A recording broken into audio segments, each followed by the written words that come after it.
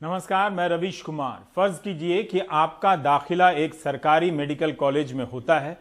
दाखिले के समय आप फीस जमा करते हैं 52,000 और कुछ समय बाद आपसे कहा जाए कि आपको हर साल 9,20,000 रुपया बॉन्ड के रूप में अलग से जमा करने होंगे, तो आप क्या करेंगे?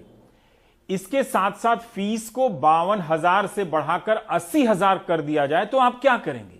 यानी सालाना बॉन्ड और फीस मिलाकर 10 लाख जमा कराने होंगे। फीस बढ़नी चाहिए, लेकिन क्या फीस एक बार में 50% से ज्यादा बढ़ जानी चाहिए? यह कमाल का काम हुआ है हरियाणा में। यहां के सरकारी मेडिकल कॉलेजों में एक बॉन्ड सिस्टम लाया गया है, जिसके बहाने छात्रों पर 4.5 साल की मेडिकल की पढ़ाई के लिए 37 लाख के करीब अधिक बोझ डाल दिया गया है। फीस को भी 52,000 से बढ़ाकर 80,000 कर दिया गया है। भारत की जीडीपी -23 है, मगर हरियाणा के मेडिकल कॉलेज की फीस 50% बढ़ गई। उसके बाद बॉन्ड के रूप में 37 लाख का अलग बोझ।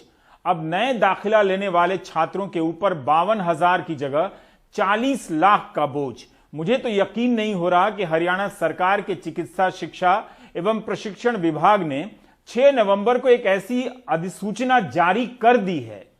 इस समय ट्यूशन फीस 52,070 रुपए है। अन्य फीस मिलाकर साल का खर्चा 1.5 लाख के करीब बनता है। 4.5 साल में 6 से 7 लाख में एमबीबीएस का सारा खर्चा निकल आता है। अब इसके ऊपर सालाना 10 लाख रुपए का बॉन्ड होगा। इसी में शामिल कोर्स फीस भी बढ़ाकर 80,000 कर दी गई है और हर साल इसमें 10% का इजाफा होगा।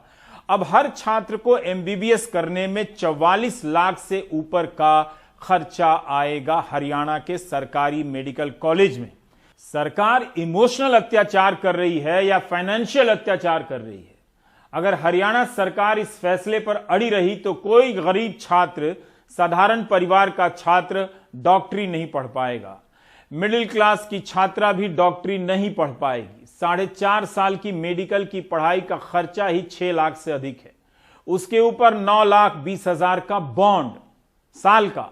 4.5 साल में कुल मिलाकर 44 लाख मामूली नहीं है। State bank of India 7.5 lakh से अधिक के एजुकेशन लोन पर 9% का ब्याज चार्ज करता है। Axis bank 13.7%। एसबीआई के ईएमआई कैलकुलेटर के हिसाब से 40 लाख के एजुकेशन लोन पर 15 साल के लिए 41,288 रुपए की ईएमआई बनती है। जब एमबीबीएस का छात्र इंटर्न के रूप में ज्वाइन करेगी तो उसे महीने का कहीं 35,000 मिलता है तो कहीं 50,000। जहां 35,000 महीने का मिलेगा और उससे पहले ही महीने से 41,288 रुपए चुकानी पड़ेगी, तो महीने का खर्च वो कैसे चलाएगी? उसे तो सिर्फ ईएमआई चुकाने के लिए 8100 और किसी से लेने होंगे। बाकी 30 दिन क्या मेडिकल की इंटर्न हवा पीकर रह पाएगी? वैसे ईएमआई तो पहले महीने से ही उसे देनी होगी। पढ़ाई के दौरान बॉन्ड की ईएमआई अगर 41,288 रुपए कटने लगे तो सोचिए छात्रों का क्या होगा। इसलिए यह फैसला एक ट्वीट की निंदा का नहीं है कि ट्वीट किया और निकल गए। सरकार इसे फीस नहीं कहती है, बॉन्ड कहती है। आप इसे जेम्स बॉन्ड कह लीजिए, लेकिन है तो लोन ही ना, और उसे चुकाना तो छात्रों को ही है। अधिसूचना की बिंदु 5 के अनुसार जिन छात्रों को हरियाणा के सरकारी अस्पतालों और मेडिकल कॉलेजों में चिकित्सा अधिकारी के पद पर नौकरी मिल जाएगी, सिर्फ उनका लोन सरकार चुकाएगी। जब तक वो नौकरी करते हैं या 7 साल तक, या फिर जब तक लोन पूरा नहीं हो जाता, इनमें से जो भी पहले हो तब तक। अजीब अजीब शर्तें हैं। 5 साल मेडिकल की पढ़ाई कीजिए, 40 लाख का बॉन्ड भरिए, फिर सरकारी नौकरी का इम्तिहान दीजिए, पास कीजिए और सरकारी नौकरी कीजिए, लोन चुकाइए, तो सरकार आपका 40 लाख रुपए चुका देगी। सरकारी नौकरी अगर नहीं मिली और आप उसकी परीक्षा में पास नहीं हुए तो 40 लाख रुपए आप चुकाएंगे। एक नए डॉक्टर की सैलरी लाखों में नहीं होती है, लेकिन नौकरी में जाने से पहले उसकी पीठ पर 40 लाख का लोन होगा। ऐसे फैसले लेने वाले लोग वाकई बहुत दयालु होते होंगे, मंत्रालय में दयावान होते होंगे। और जो सरकारी नौकरी में रहेगा उसका वो पैसा कोई नहीं लगेगा। वो जो बॉन्ड है उसका जिम्मेवारी फिर हरियाणा सरकार की है। तो इसलिए प्राइवेट जो कॉलेजेस हैं वहाँ 15-15 लाख 17-17 लाख रुपये फीस है। हमने तो 10 लाख रुपए का बॉन्ड भरवाया है। 10 लाख रुपये बॉन्ड इसलिए कि वो सरकारी नौकरी करें, अन्यथा बहुत डॉक्टर पढ़ाई यहाँ करते हैं, करोड़ों रुपए का खर्च यहाँ होता है। एक डॉक्टर को पढ़ाने में करोड़ रुपए से ज़्यादा 1.5 करोड़ रुपए का खर्च होता है। करोड़ रुपये जाके प्राइवेट सर्विस करते हैं। थोड़ा उनको बंधन में रखने के लिए ये सब किया है। इस तरह की रिपोर्ट आई है कि एक छात्र को डॉक्टर बनाने में 1 से 1.5 करोड़ का खर्चा आ जाता है। चिकित्सा की जवाबदेही सरकार की है। अगर वह इसे दुकान की तरह देखेगी तो फिर अपने सारे कामों को ऐसे ही देखे और लागत के हिसाब से वसूले। 50-60 लाख की फीस होगी तो गरीब ऑब्लिक साधारण ऑब्लिक मिडिल क्लास के छात्र कभी मेडिकल की पढ़ाई पूरी नहीं कर पाएंगे। कहां तो प्राइवेट कॉलेजों से कहा जाता है कि वे सरकारी कॉलेजों की फीस की बराबरी करें। यहां तो मुख्यमंत्री लगता है कि सरकारी कॉलेजों को प्राइवेट से बराबरी करने के लिए कह रहे हैं। ये किस्म से सरकार की तरफ से बच्चों के मुंह पे तमाचा और उनके सपनों पर लात है। अभी जो ये पॉलिसी निकाली है ये बहुत ही गलत है। कोई भी गरीब बच्चा इतना अफोर्ड नहीं कर सकता। जैसा कि आप सभी, कोई भी आपका रिश्तेदार पढ़ रहा हो या पहले पढ़ते हुए बच्चे हैं, पहले फीस होती थी 50,000, मिला करके उसका साल का खर्चा लगभग 1.5 लाख के आसपास आ जाता है। 23,000 रुपये हॉस्टल के। इसके अंदर भी बच्चों को लोन लेना पड़ जाता है। स्टूडेंट लोन करा के रखते हैं बहुत सारे बच्चे। अब जब 1.5 लाख रुपए में वो स्टूडेंट लोन करा रहा है तो जब 40 लाख रुपए भरने होंगे, 1 साल के 10 लाख भरने होंगे, वो इतने पैसे कहाँ से लाएंगे? ये कोई हरियाणा के अंदर एडमिशन लेने का सोचेगा भी नहीं। अगर सरकारी नौकरी नहीं मिलता, जो कि 90% लोगों को नहीं मिलेगी, तो उसमें फ़ीस कैसे भरनी होगी? उसमें फ़ीस 10 साल हर लाख की है। उसमें से जो आपकी हर साल फीस है उसमें 10% इंक्रीमेंट दिया गया है। जैसे कि आपको फर्स्ट ईयर के लिए 80,000 पे करनी है, सेकंड ईयर के लिए 10% इंक्रीमेंट 88,000, थर्ड ईयर के लिए आपको 96,800, फिर आपको फोर्थ ईयर के लिए 1,06,480 रुपये। टोटल आपको 4 साल में 3,71,280 रुपये फीस भरनी है। अगर आपको नौकरी नहीं मिली तो आपको इसके साथ साथ अगले 7 सालों में हरियाणा सरकार में नौकरी करते हुए 36,28,720 का principal amount plus interest rate भरनी होगी, जो कि बहुत ही ज़्यादा है।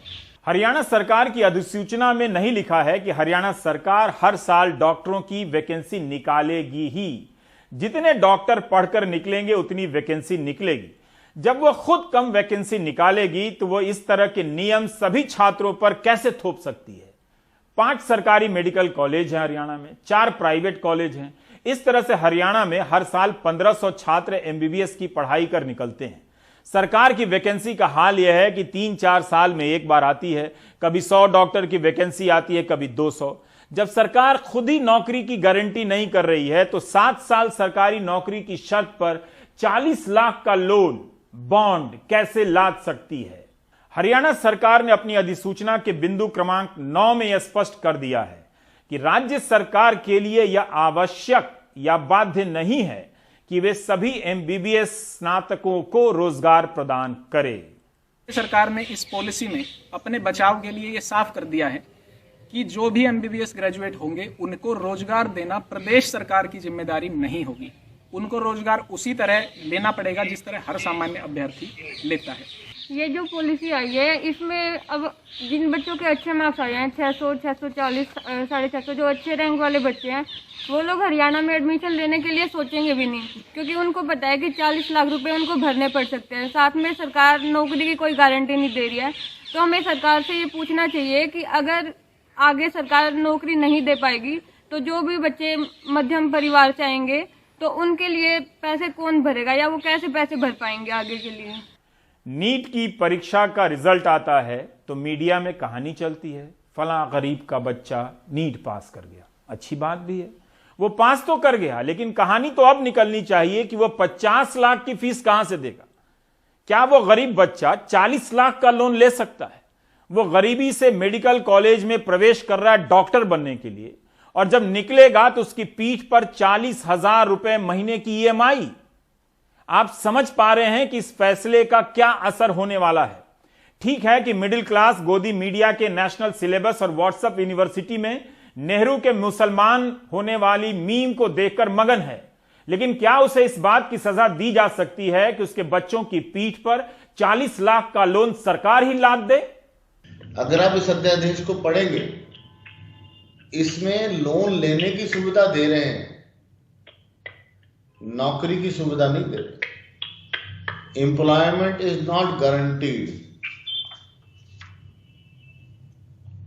और अगर हम यही लोन, होम लोन लें तो 33,000 से कम ज्यादा की तो किस्त आएगी। क्या इस पे कितना इंटरेस्ट फ्री लोन है या इंटरेस्ट है, जैसे कि बाकी सारे निर्णय लिए गए हैं। और मैं आपसे एक बात और साझा करना चाहूंगा, जैसे कि एनएमसी ने कहा कि private medical education private colleges को अपनी फीस निर्धारित करने की क्षमता है। एक तरफ एक कोरोना महामारी में जहां हमने देखा मेरे 650 से ज्यादा साथी अपनी जान गंवा चुके हैं, डॉक्टर ने अपना पूरा बल लगा दिया उसकी शॉर्टेज को पूरा करने के लिए। क्या ये अध्यादेश को जरूरी है? हरियाणा के मुख्यमंत्री मनोहर लाल खट्टर जी का कहना है कि यह पॉलिसी लाने का कारण यह है कि सरकार चाहती है कि एमबीबीएस के बाद विद्यार्थियों का सरकारी सेवाओं की तरफ रुझान बढ़े तथा सरकारी अस्पतालों में डॉक्टर अपनी सेवाएं दें। साथ ही उनकी अधिसूचना में यह लिखा होता है कि सरकार सभी एमबीबीएस को नौकरी नहीं दे सकती। क्या कारण सिर्फ मेडिकल छात्र हैं? क्या सरकारी अस्पताल, उनकी सेवा शर्तें, सुविधाएं इसका कारण नहीं है? चिकित्सा का निजीकरण आसमान से नहीं हुआ है, बल्कि सरकार ने ही किया है। वो अपनी एक ही नीति का बदला अपने संस्थान के छात्रों से नहीं ले सकती है। गरीब छात्र भी नीट की परीक्षा पास करते हैं, उन पर 40 लाख के लोन का दबाव क्यों पड़े? नीट की परीक्षा के लिए 2 साल 3 साल की हाड़ तोड़ मेहनत के बाद 720 अंक लाते हैं, तब जाकर एडमिशन होती है और फीस 40 लाख होगी। तब सरकार नीट की परीक्षा खत्म ही कर दे, जो भी 40 लाख फीस दे उसे डॉक्टर बना दे। हरियाणा सरकार की यह फैसला बेहद गंभीर मामला है। यह अवसरों की समानता के सिद्धांत के खिलाफ है। आप किसी को बाध्य नहीं कर सकते हैं कि फला साल की सेवा करेंगे और 40 लाख का लोन लेंगे। जुलाई 2018 की खबर कई जगह छपी थी। सुप्रीम कोर्ट ने कहा था कि सरकार और private university fees fixation committee की मंजूरी के बगैर मनमाने तरीके से फीस नहीं बढ़ा सकती है। तमिलनाडु की अन्नामलाई यूनिवर्सिटी के 150 मेडिकल छात्रों ने कोर्ट में केस किया था। 2013-14 में 1 साल की फीस बढ़ाकर 5.5 लाख कर दी गई थी। 2003 में सुप्रीम कोर्ट ने आदेश दिया था कि हर राज्य में फीस के लिए एक स्वतंत्र कमेटी होगी, रिटायर्ड जज इसके अध्यक्ष होंगे और वे तमाम जरूरतों को देखकर फीस बढ़ोतरी को मंजूरी देंगे। बिना कमेटी की इजाजत के कोई संस्थान फीस नहीं बढ़ा सकेगा। अन्नामलाई यूनिवर्सिटी ने इसका पालन नहीं किया है। तब सुप्रीम कोर्ट ने फीस बढ़ोतरी के फैसले पर रोक लगा दी थी। 2018 में उत्तराखंड सरकार ने भी ऐसा ही एक कदम उठाया, जिसे कुछ हफ्तों के आंदोलन के बाद वापस लेना पड़ा। उत्तराखंड सरकार ने विधानसभा में कानून बनाया कि प्राइवेट मेडिकल कॉलेज अपने हिसाब से फीस बढ़ा सकते हैं और उसमें सरकार हस्तक्षेप नहीं करेगी। प्राइवेट कॉलेज में भी छात्रों का एडमिशन नीट की परीक्षा पास करने के बाद होता है, यह ध्यान रखिएगा। एक ही प्रतियोगिता परीक्षा पास करने के बाद एक छात्र 1 साल की फीस 1 लाख देता है और एक छात्र 1 करोड़ या 50 लाख।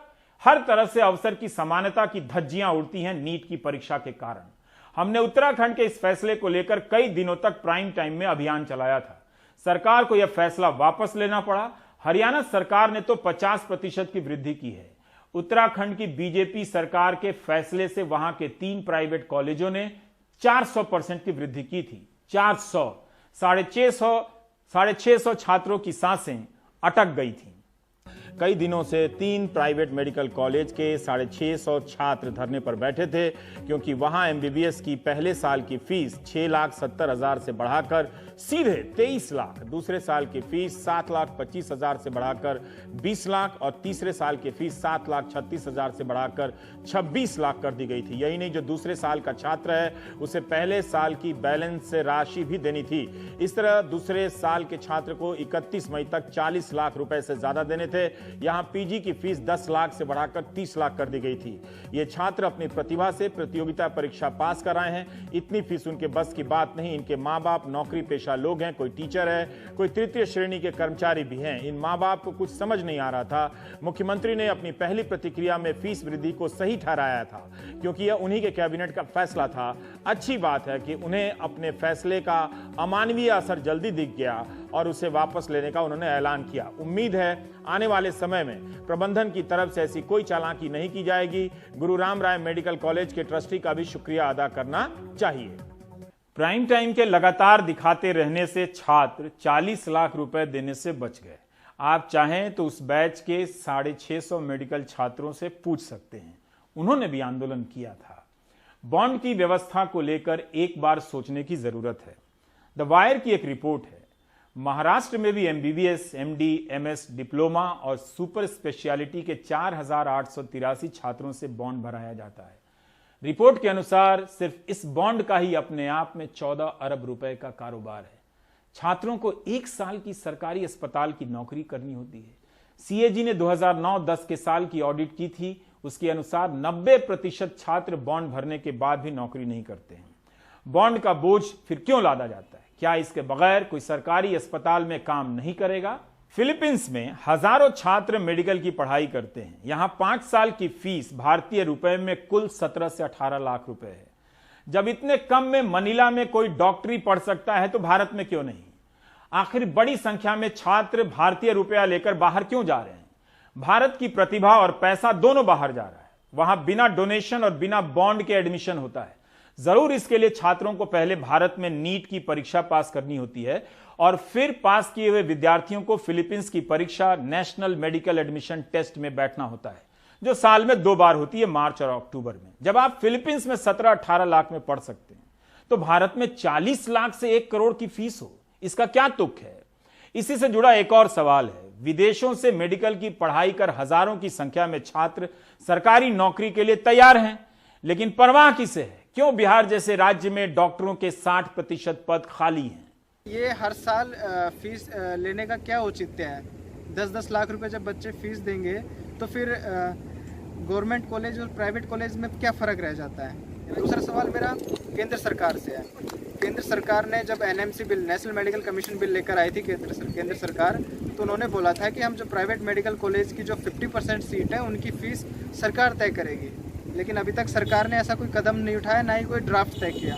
तीसरा सवाल मेरे नेक्स्ट को लेकर, जो एफएमजी के स्टूडेंट्स हैं जो नेक्स्ट एग्ज़ाम देंगे, जिसमें 2 एग्ज़ाम रखा है सरकार ने, नेक्स्ट 1 एंड नेक्स्ट 2। नेक्स्ट 1 किसके लिए है कि आप इंटर्नशिप कर सकते हो। नेक्स्ट 1 जो एग्ज़ाम है और नेक्स्ट 1 आप क्लियर करेंगे, उसके बाद में इंटर्नशिप कर पाएंगे और इंटर्नशिप करने के बाद में लाइसेंस के लिए आपको नेक्स्ट 2 और एग्ज़ाम देना पड़ेगा। बल्कि जो एफएमजी के जो छात्र हैं, जो अभी तक एमसीआई का एक एग्ज़ाम देते थे, मेडिकल काउंसिल ऑफ इंडिया का एफएमसी जो एग्ज़ाम होता था, उसके बाद में करने के बाद में लाइसेंस मिल जाता था। लेकिन जो अभी जिस तरीके से देखा जा रहा है नेक्स्ट 1 और नेक्स्ट 2 का, तो ये जो फॉरेन स्टूडेंट है उनके पक्ष में बिल्कुल भी नहीं है। अब आते हैं जम्मू कश्मीर पर। 5 अगस्त 2019 को राज्य का दर्जा समाप्त कर दिया गया था। 28 अगस्त को तत्कालीन राज्यपाल सत्यपाल मलिक ने कहा कि सरकार 50,000 युवाओं को रोजगार देगी। 1.5 साल से ज्यादा का समय गुजर गया, युवा 50,000 नौकरी खोज रहे हैं। फ्लैशबैक में इस बयान को सुनिए तो सीना चौड़ा हो जाने का चांस है। लगेगा कि यह हुई ना बात, जम्मू कश्मीर के इतिहास में इतनी भर्ती नहीं हुई होगी, ऐसा दावा किया जा रहा है। मलिक साहब भी सोचते होंगे कि क्यों बार बार ये बयान दिखाता रहता है। जो गवर्नमेंट का सिस्टम है उसने एक्सरसाइज करके ढूंढा, हमारे पास 50,000 गवर्नमेंट जॉब्स हैं, वो हम भरेंगे, उसकी हम घोषणा करते हैं। नौजवानों से कहेंगे कि वो उसमें बढ़ चढ़ के हिस्सा लें, शिरकत करें। 50,000 नौकरियां हम आने वाले 2-3 महीने में यहाँ के नौजवानों को दे देंगे और ये वैकेंसी भर देंगे। लार्जेस्ट सिंगल रिक्रूटमेंट ड्राइव है ये इस स्टेट की लाइफ में। कभी इतना नहीं हुआ है कि 50,000 लोग एक साथ भर्ती हुए हों। बोलते समय जो गर्व का भाव था, काश वैसा होते समय भी होता। कहां तो 2-3 महीने में 50,000 सरकारी नौकरियां मिलने वाली थी, न जाने कितने महीने गुजर गए। ऐसा नहीं है कि जम्मू के नौजवानों को नौकरियां मिल रही हैं, छोड़िए श्रीनगर वालों को, जम्मू के नौजवानों को भी चैन नहीं है। 50,000 नौकरियों का इंतजार वे भी कर रहे हैं। प्रधानमंत्री मोदी ने भी कहा था कि उनकी सरकार खाली पड़ी वैकेंसी को भरने के लिए प्रतिबद्ध है। साथियों, बहुत जल्द ही जम्मू कश्मीर और लद्दाख में सभी केंद्रीय और राज्य के रिक्त पदों को भरने की प्रक्रिया शुरू की जाएगी। इससे स्थानीय नौजवानों को रोजगार के पर्याप्त अवसर उपलब्ध होंगे।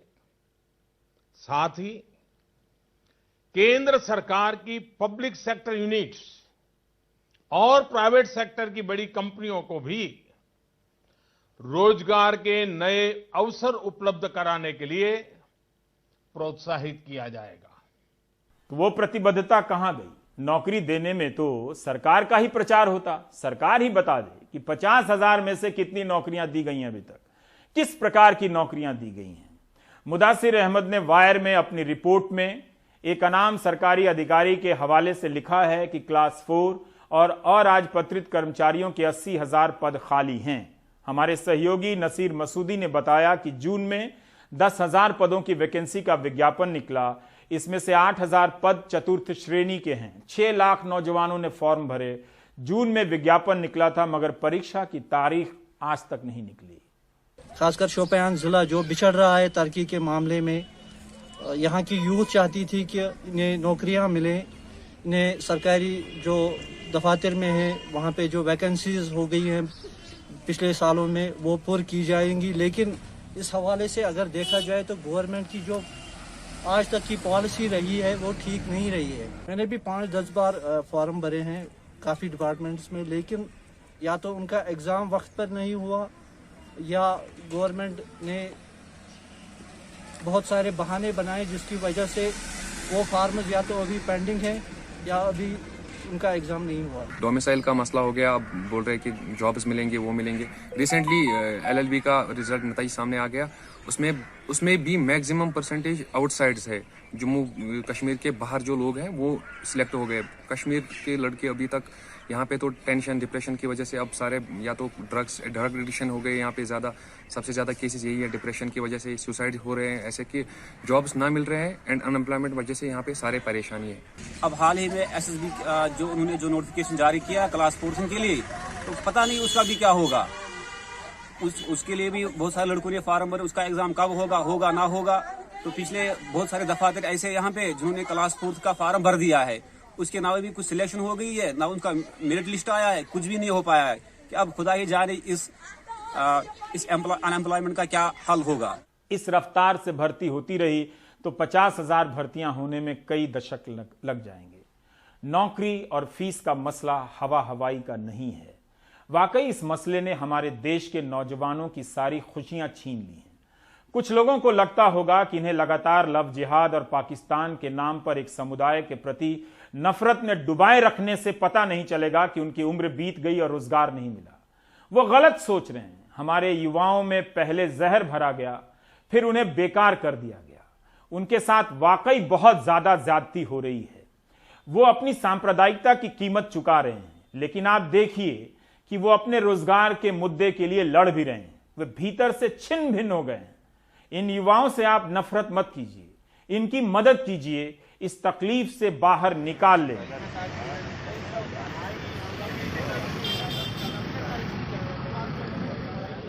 इस तस्वीर को आप भारत के प्रधानमंत्री नरेंद्र मोदी को जरूर दिखाएं। रेल मंत्री पीयूष गोयल को नहीं दिखती है ये तस्वीर। फरवरी 2018 में रेलवे ने सहायक लोको पायलट और टेक्नीशियन के पद निकाले थे। ये वो नौजवान हैं जो परीक्षा पास कर चुके हैं। पहले ज्वाइनिंग के लिए आंदोलन किया, अब ज्वाइनिंग के बाद ट्रेनिंग के लिए आंदोलन कर रहे हैं। ट्रेनिंग पर जब भेजे जाएंगे तो इन्हें स्टाइपेंड मिलेगी, भत्ता, ट्रेनिंग के बाद सैलरी मिलेगी। आप मुझे बताइए कि परीक्षा पास करने के बाद मेरे देश के इन नौजवानों को क्यों सताया जा रहा है? इन्होंने क्या गलती की है? पिछले हफ्ते प्रयागराज में 300 से अधिक युवाओं ने उत्तर मध्य रेलवे के मुख्यालय के बाहर मौन प्रदर्शन किया था। ज्वाइनिंग के बाद जो घर बैठे हैं, उनकी ट्रेनिंग शुरू नहीं हुई है, उन्हें सैलरी नहीं मिल रही है। एक तरह से नौकरी के बाद भी वे बेरोजगार का जीवन जी रहे हैं। इन युवाओं से आप नफरत मत कीजिए, इनके साथ नाइंसाफी मत होने दीजिए।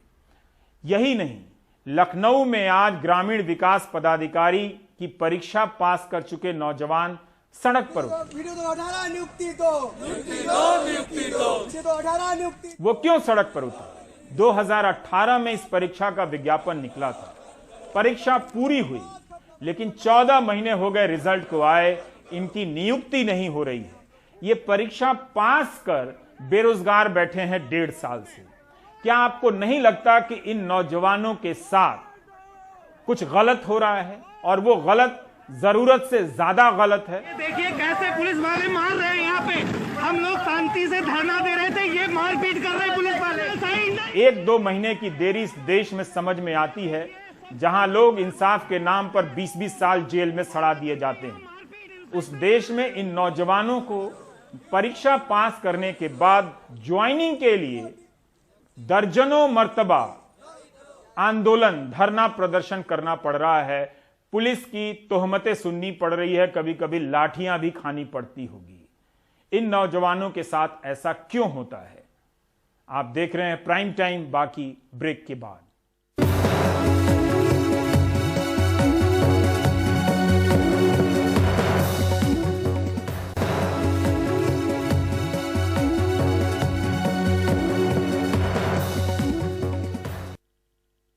दिल्ली में कोरोना के मामले दिन ब दिन नए रिकॉर्ड बना रहे हैं, वो भी तब जब देश में ट्रेंड नीचे की ओर है।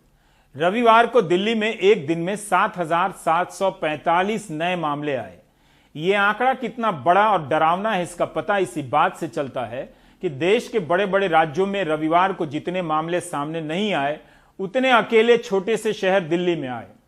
शरद शर्मा की खास रिपोर्ट बताती है कि दिल्ली में ठंड, प्रदूषण, त्योहार के चलते बाजार में भीड़ और कोरोना के नियमों की अनदेखी के कारण कोरोना के मामले बढ़ते जा रहे हैं। लेकिन डरने की बात यह भी है कि रोजाना 70 लोगों की मौत भी होने लगी है।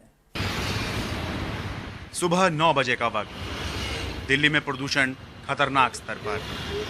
धुंध की चादर ऐसी कि दिल्ली का मशहूर अक्षरधाम मंदिर भी उसके आगोश में चला गया। दोपहर 12 बजे का वक्त, ऐतिहासिक लाल किला के सामने वाहनों की लंबी कतार। दोपहर 1 बजे का वक्त, चांदनी चौक का भागीरथ प्लेस मार्केट।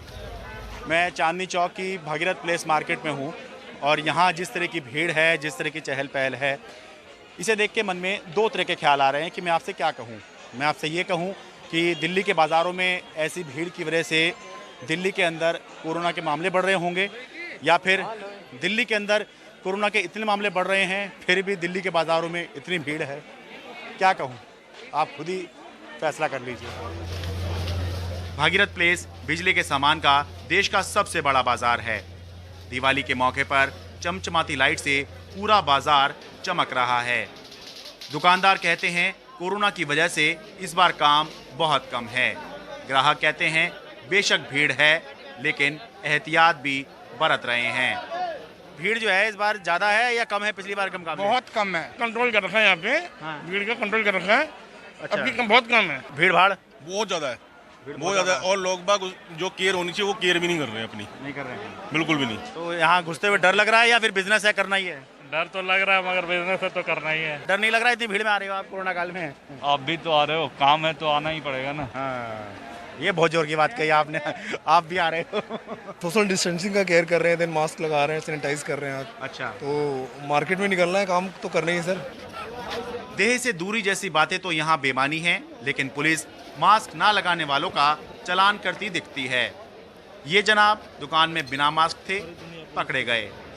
सर मैं पापड़ लिया, मेरा फोटो भी देखना, फोटो भी देखना। हाँ। मैंने पापड़ लिया, मैं अंदर खाने जाने लगा, कह रहे रुको, पापड़ हाथ में भी लेने दिया इन्होंने। देख, इनसे पूछो आप खुद ही।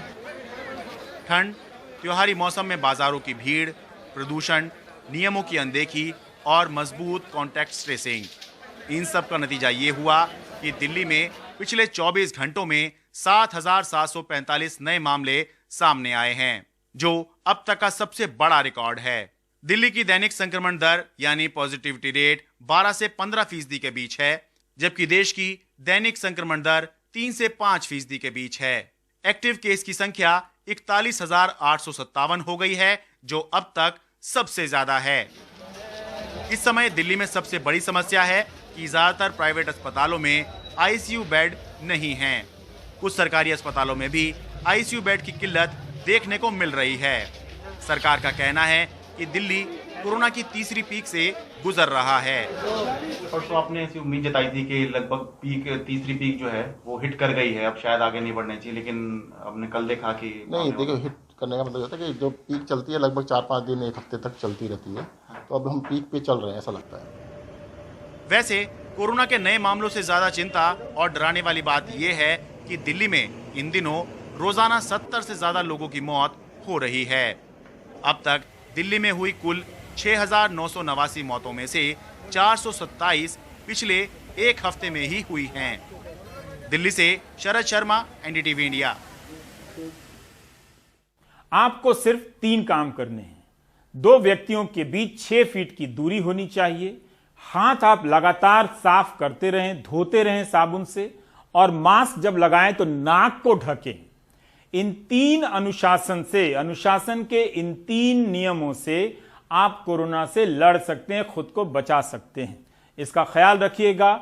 10 नवंबर को बिहार चुनाव के, मध्य प्रदेश चुनावों के नतीजे आ रहे हैं, झारखंड के उपचुनाव के भी नतीजे आएंगे। मेरे साथ बने रहिए एनडीटीवी इंडिया पर चुनावी नतीजे देखने के लिए।